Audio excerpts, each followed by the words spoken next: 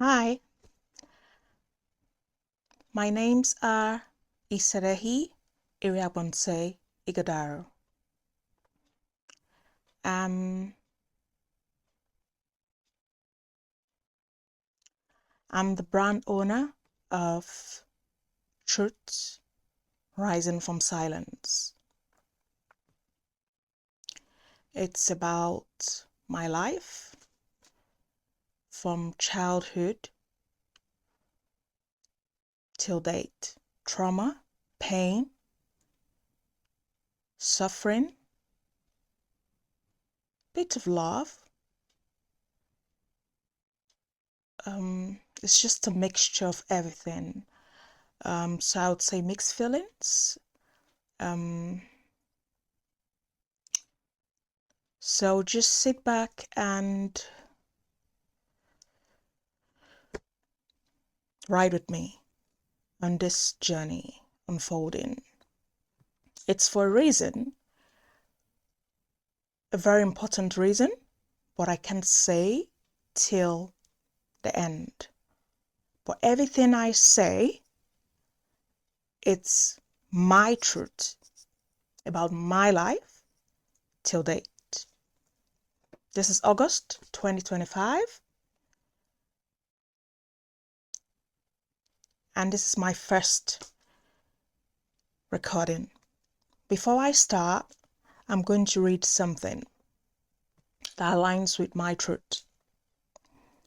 I express my truths through colors, my presence, and secret silence. My pain has purpose, my creativity is healing, and I am whole, even unseen. I speak my shame. My body has been holding it in my chest and womb for a very long time. I'm no longer willing to break for others or shrinking to please anyone. I have worn shame like a second skin, not because it's mine, but because I was taught its protection. So I'm going to start with a little background about myself. Like I said before, I am Isedehi Iriagbonse Igadaro. I'm 43 years old. I'm a mom to a wonderful, wonderful, gorgeous, handsome boy. He's 13 years old. I come from a large family of 7 initially, but I lost my sister 2018, my eldest sister. She was a doctor, a pediatrician, and she passed 2018 at the age of 41. She had 4 kids she left behind. So now we are 6. So I was number 5 before, and I have 2 younger brothers when she was alive. So we're 3 girls and 4 boys. I'm the last girl, number 5, and I've got 2 younger brothers. But presently, we're 6. I'm number 4, and I've got 2 younger brothers. And I've got 3 older ones. So I've got an eldest brother now, 2 elder brothers, and then my immediate senior is my only sister left. She's a barrister. I come from, born and bred in Edo State. Grew up there almost all my life. But presently, I'm based in the UK. I live in Manchester.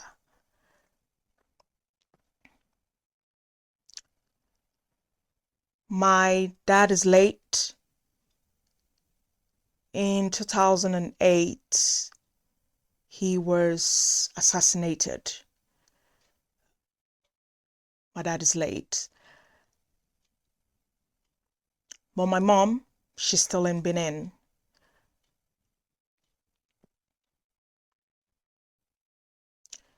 So I'm from Igweben, Asan, Ibele precisely, in Igweben. My dad and my mom, Oredo, in Benin. So I'm gonna talk about my childhood. I wasn't born into a silver spoon kind of family.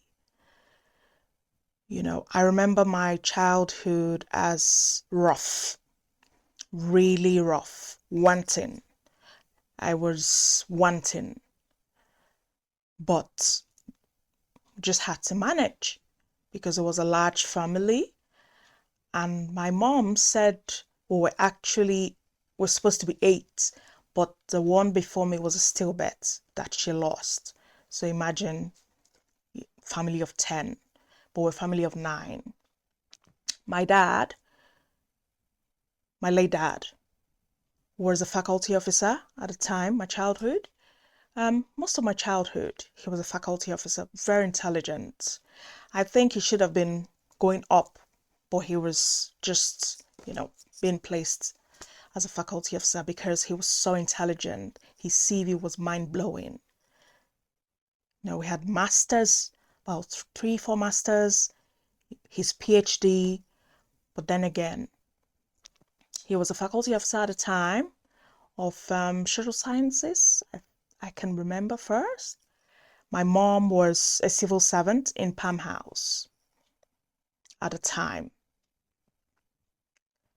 It was a rough childhood. We lived in a bungalow at the time with bungalow 4 rooms in BDP, opposite the university, opposite Uniben.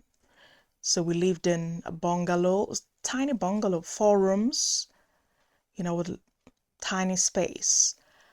I and my sisters, we shared a room, and the boys had their room, 4 boys in a room, my mom and dad. It wasn't all rosy. It wasn't rosy. My childhood wasn't rosy at all. I had a lot of trauma. I experienced a lot of pain. My mom had a dark side, anger-wise. I think probably because we didn't have much at the time, but she had a temper, and she used to flip, get angry most of the time.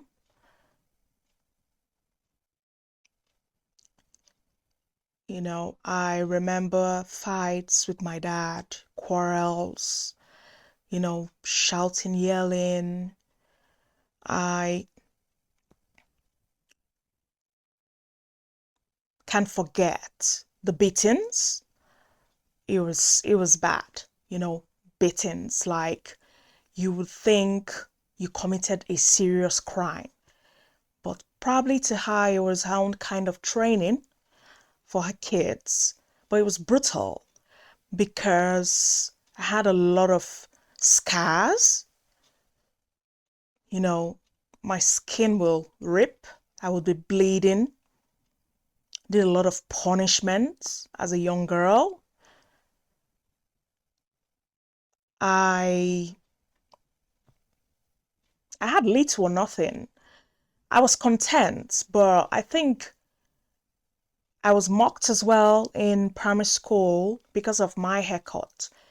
I and my sisters, in fact, the whole family, were all on low cut, a bolo at the time. That's what's called. It was bad because the shape of our head is a funny shape. And, primary school kids, I went to staff school, university staff school inside Uniben. There was a lot of mocking, laughing, about my head shape. It was blocking the board, things like that. So I just became this shy, always sitting at the back, but the teachers just didn't really pay much attention to me. They just felt I wasn't intelligent. I was just dull, which I was, because I always failed. With what was going on at home, coupled with what was, going on with the other kids at school. I just was not really into book kind of. I was just failing. I dropped 2 classes. I repeated twice, not dropped. I repeated in primary school. So my dad just let her just repeat. My siblings are bright on the other side. We all went through the same, abuse from my mom, but I think the girls had it tough, iron hands. Like, the part of the beatings were chili flakes, hot chili flakes in our eyes, in our private parts, so you can't run. So that when you are that beating, you are going nowhere. You stay there, you chop that beating. It was just in her way, a way of molding us, but it made me have a tough skin, a really tough skin. And being brought up in that kind of environment, I didn't want to be bullied, beaten at home, and, beaten in school as well, and bullied in school. Coupled with the fact that we're always owing school fees. That school fees defaulters step aside. We're among, because my dad didn't have much. And he came from a very poor background. My grandmom, my late grandmom on the other side, my mom's mom, was very wealthy, extremely wealthy. But she just had a thing she just didn't like poor people. And my mom married a poor man. So, carry across. Very wealthy. There was excess of everything. No, she had everything.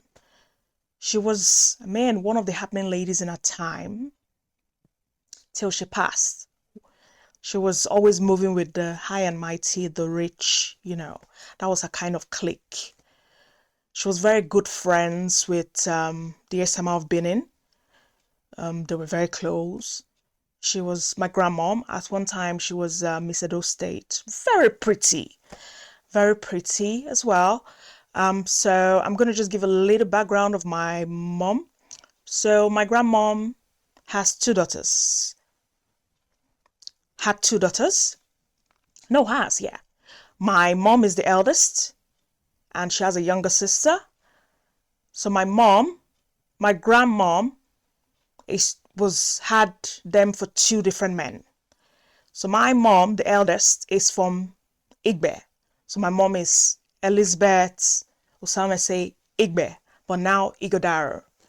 While her sister, Auntie Omosede, Auntie Vivian, was Omosede Vivian Wifo. But when she got married, it was now Omosede Vivian Iyai. She got married to a young, handsome chap, about the same age. But my mom didn't get married in time. So my auntie at the time was already pregnant with her 3rd child. My mom was still at home, not married, and she was getting really anxious. And my grandmom wanted her to settle, but not with a poor person.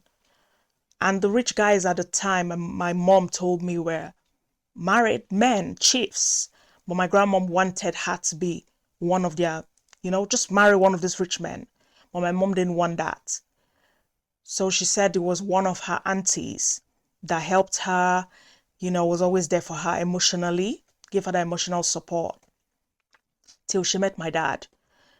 My dad, very handsome man, but came from a poor home.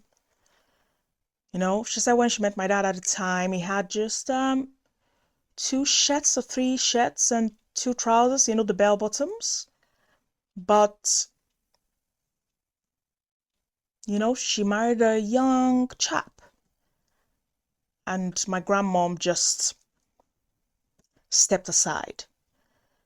So my mom used to visit her mom with us, growing up.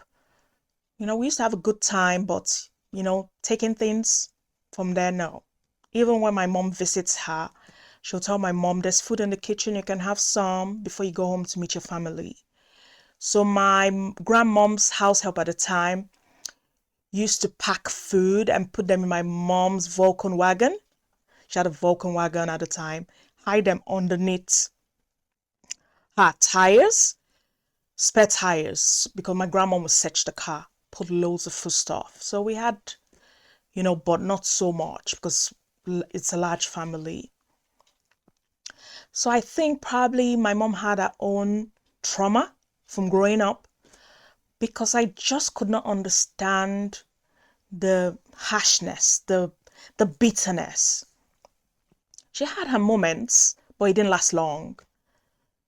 And she didn't really get along with my dad's family like that, so my dad always took us to visit my grandparents. They're late, but they didn't live in Asan. They lived in Ikoba Hill, Temboga.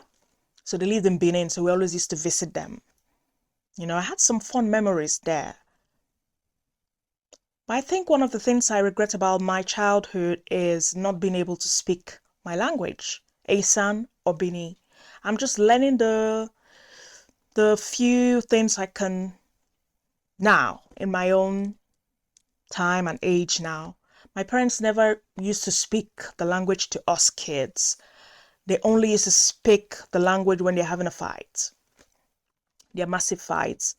My dad is very calm man, very calm, but my mom is the hot gidigba temper, fight him, tear his clothes, things like that.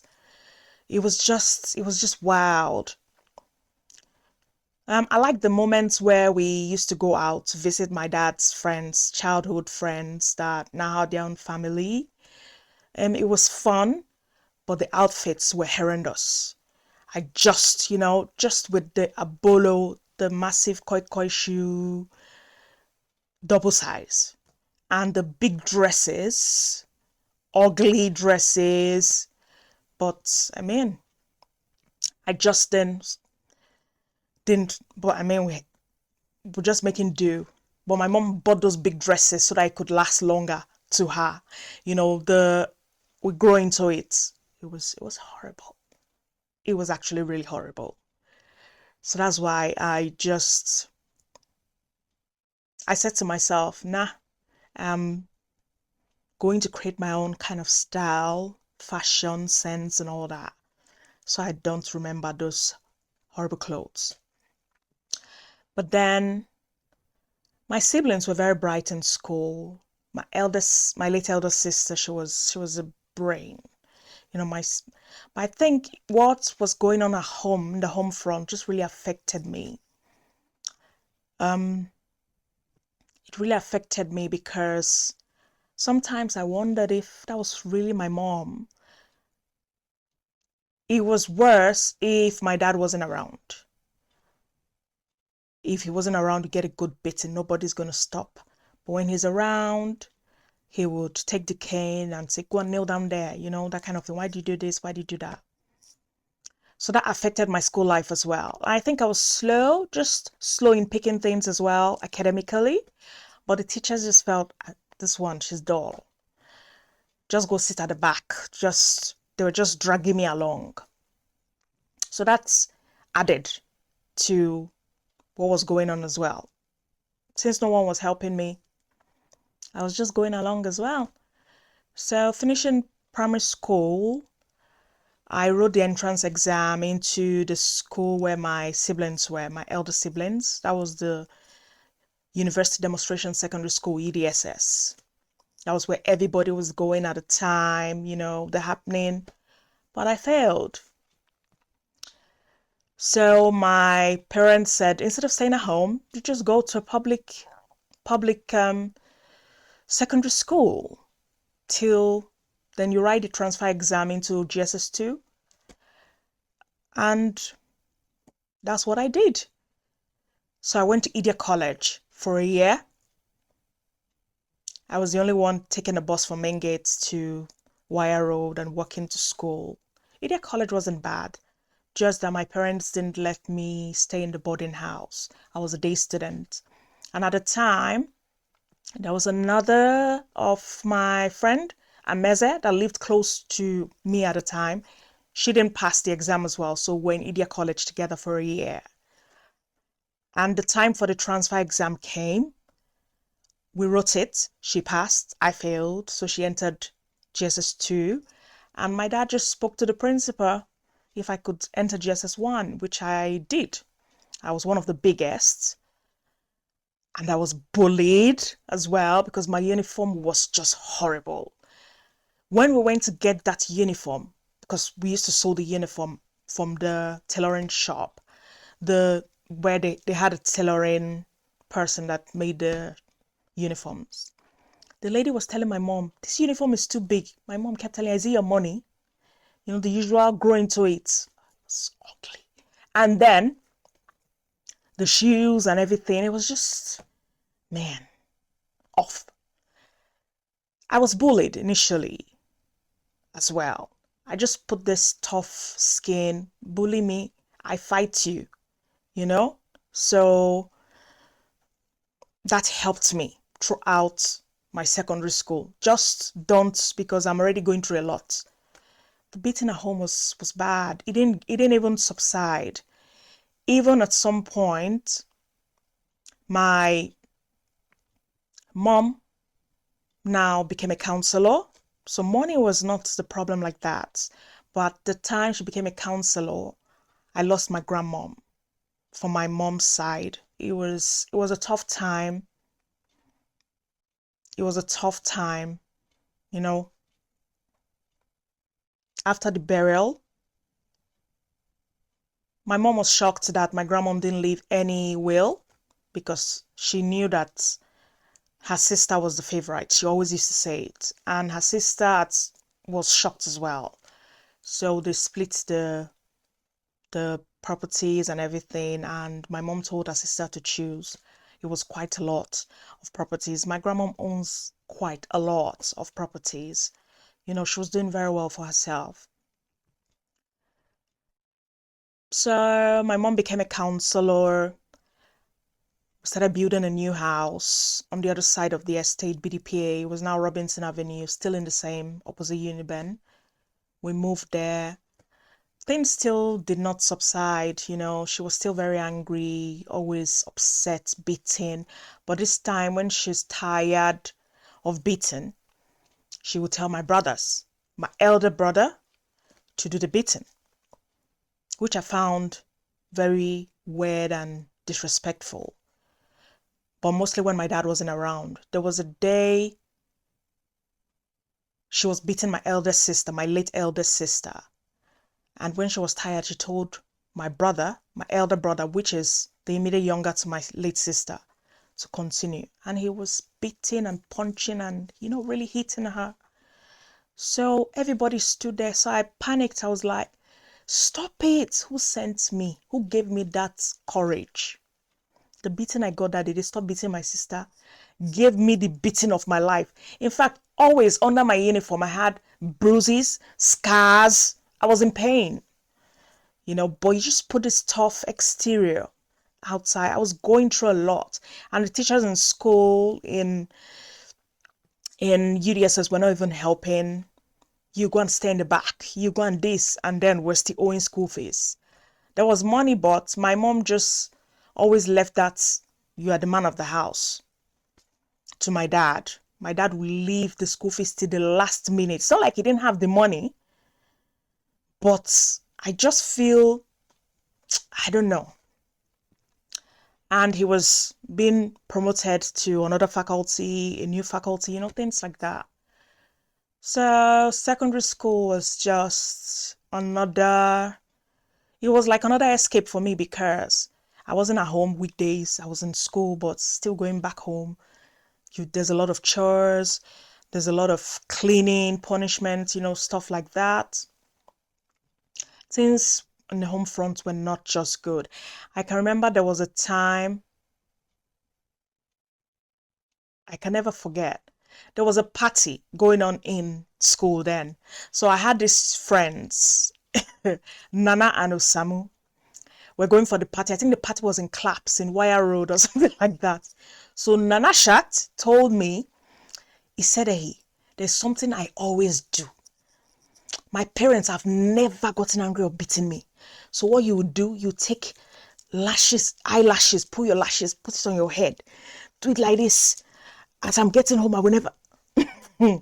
The beating I got that day, because I got home late. Said, don't worry, when I even get home, my mom doesn't say anything. I said, does it work? Yes. Meanwhile, my mom, I told her I was going. So another of my friend, Ekoma, Guy Sabaseki, at the time, we all went for the party. We left the house, went to do shopping in Hallmark, bought clothes, and went for the party. The party was so much fun because I hardly go out. I didn't even have friends. I used to come and visit me, and I overstayed. By the time I got home, the beating.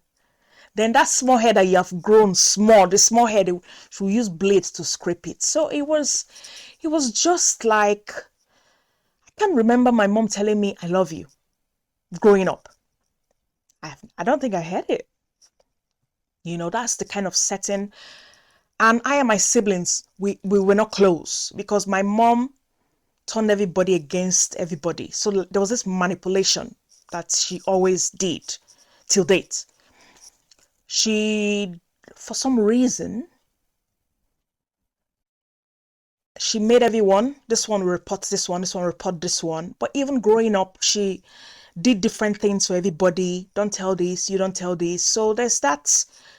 No one knows what the next one is doing, and jealousy, things like that tends to erupt. My siblings, most of them had left high school by this time. My eldest was studying medicine, the other one medicine, the other one accounting.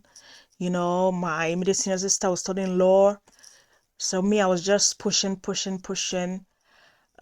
In secondary school, it was tough with my big skirts. I think most people can't even forget that. My haircuts. So most of my friends were guys because the guys didn't used to laugh much, but the girls were always, just, the gossip, the little gossips and stuff, which is a normal thing. So secondary school wasn't rosy. I think at the time I had mostly, good, close friends, just guys. Very few girls, but mostly guys. And at some point, we used to attend St. Albert's Catholic Church inside Uniben.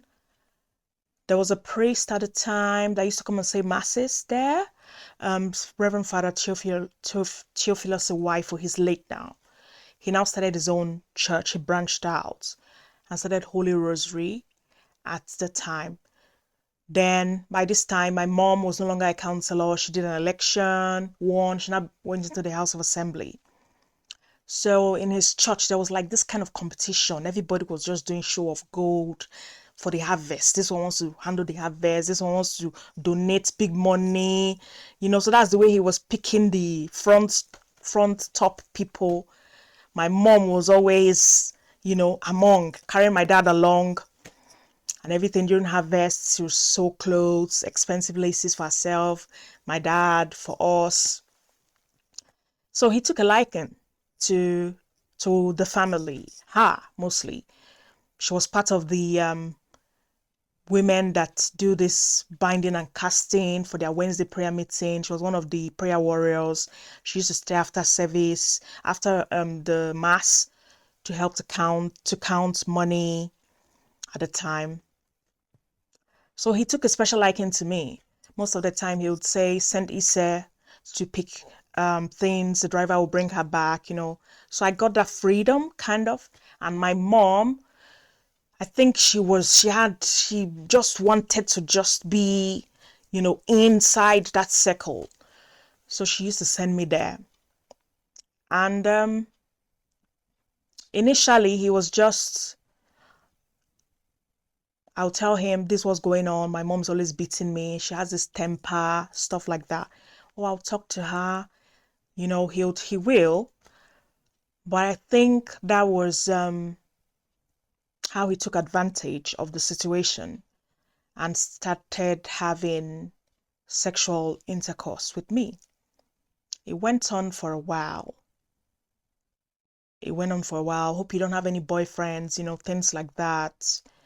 I'll tell him no, because the truth about it was not fun, but because I had that space living home, because my house is like a prison yard, I had that space. So I felt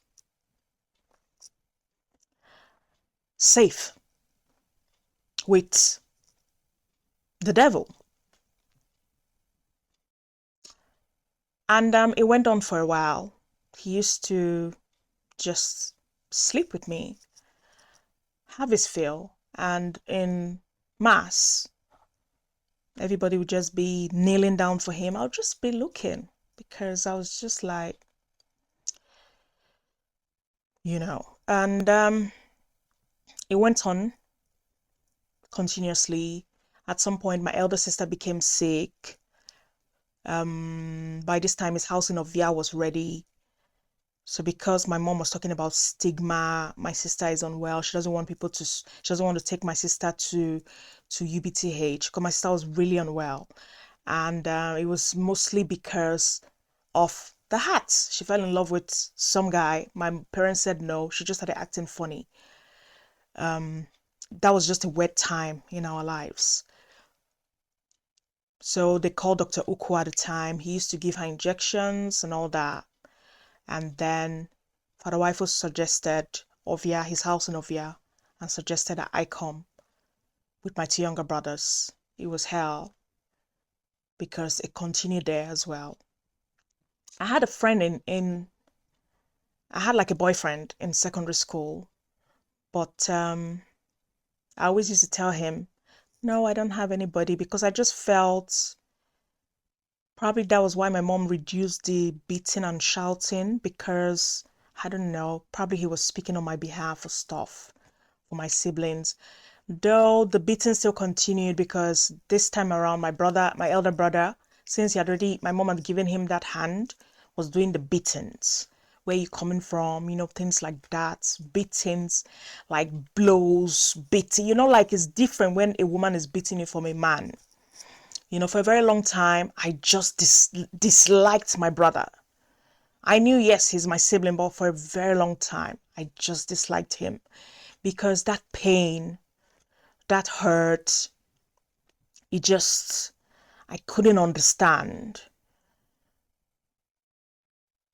So my boyfriend in school at the time was some guy, Osas,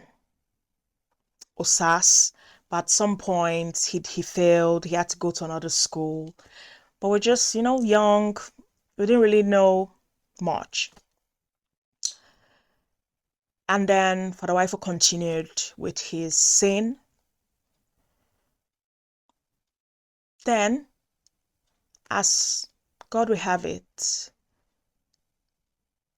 I finished secondary school, but I didn't pass the JAM exam. No, I passed, but I didn't get to the cutoff for law that I was supposed to study. Because my dad always had this dream of having a chamber with his lawyer, his girls. And he studied law as well before he was assassinated. So I didn't pass. Or rather, I passed, but it was not enough for law. So my dad said I should do diploma in law, which I did for a short while. Then there was a strike. And my parents had this conversation. There's money now. Why don't we just let her go to a private uni? At the time, Igbinedion University was really bubbling and raining. So it was a, good fit. I couldn't believe it. This time things were happening in a good way because my parents now said, we're not going to live in BDP again.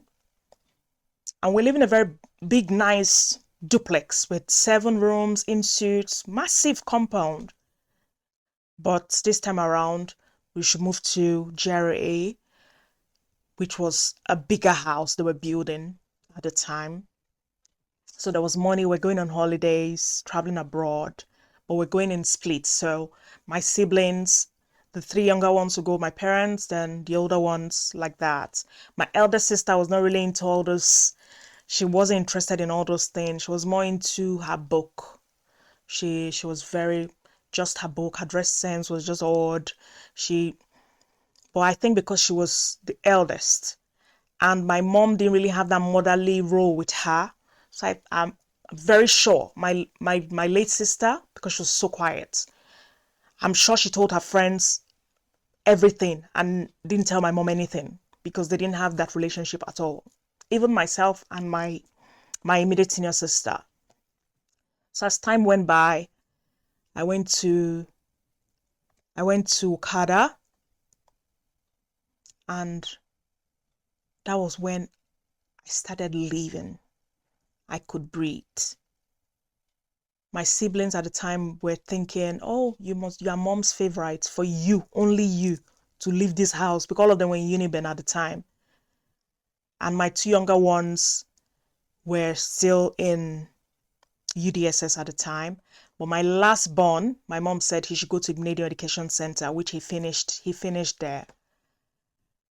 But myself, going to a private uni from home, staying, it was beautiful.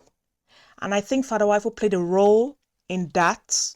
I'm thinking because Ovia and Okada, they're close. And he said something to me, now we can spend more time together, weekends, be coming to, the driver will come and pick you. In my mind, I was like, me, never happening. But I just told him, I played along. When I got to school, we didn't have mobile phones at the time because there was no mast at the time. I think there was a weekend I went home. I think. I can't remember. And he told the driver, no, the driver came to uni, was by the gates, and told them that, it was a small, because when I entered the uni, the pioneer sets, they were just in 400 level. So we're like the fourth set in that uni. It was new. So everybody knew everybody. And he came to pick me for the weekend, as if I said, no, I'm not coming. Because the security, they came to look for me. Somebody's looking for you. I was like, okay. Father said I should bring you. Me. I'm not coming, I'm busy. Because this time now, in uni, I was living my life. And I don't think I owed anybody because they already paid my school fees. And I was already in the uni. So I did not, there was nothing else that he was doing for me. So you can't continue taking advantage of me anymore. So I said, no, I'm not coming. I went home on holidays. That's barely. But I just told my parents I needed a car. Most people had cars in school at the time. And I was surprised, my greatest shock. My mom pleaded with my dad, got me a Mazda, but because it was manual, I didn't want a manual car. Then I got me a Golf. But then the fight still continued, even moving to Jerry with my mom and dad. My mom would tear my dad's clothes, scratch him. My dad would be like, what's going on? Because my dad was so calm, so quiet. And when she's upset, she doesn't give him food. He'll be so hungry.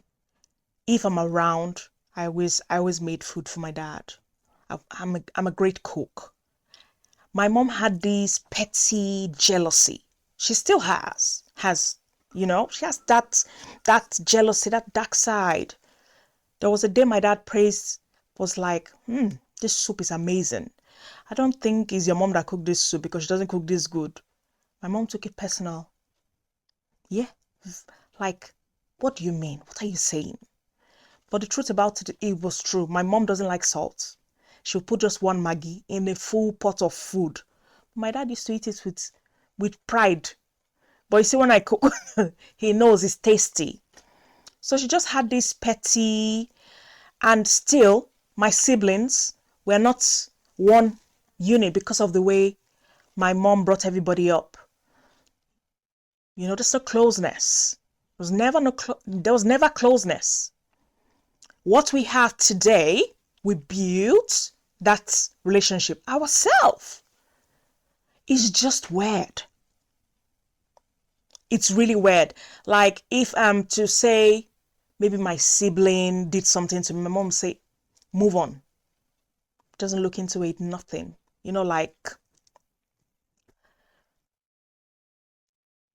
so time just went on in Okada, and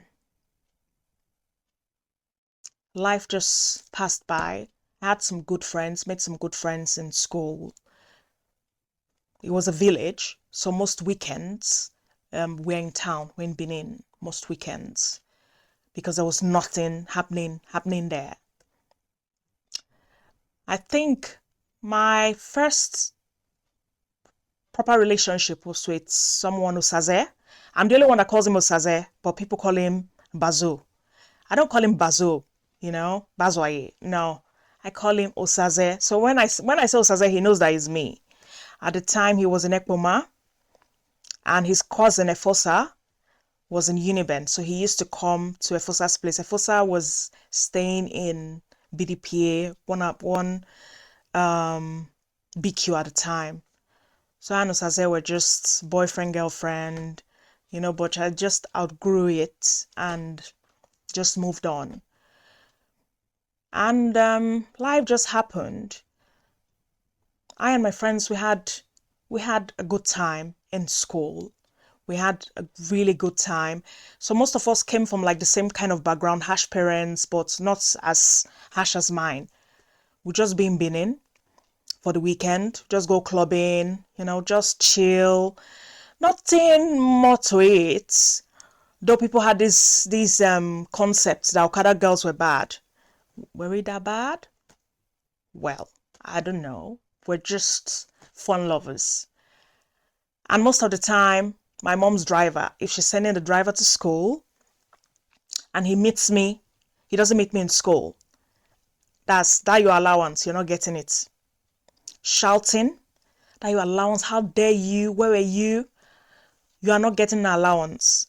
Then when I found out that there was a little service, a mast from the nearby village, but it was in the lost site.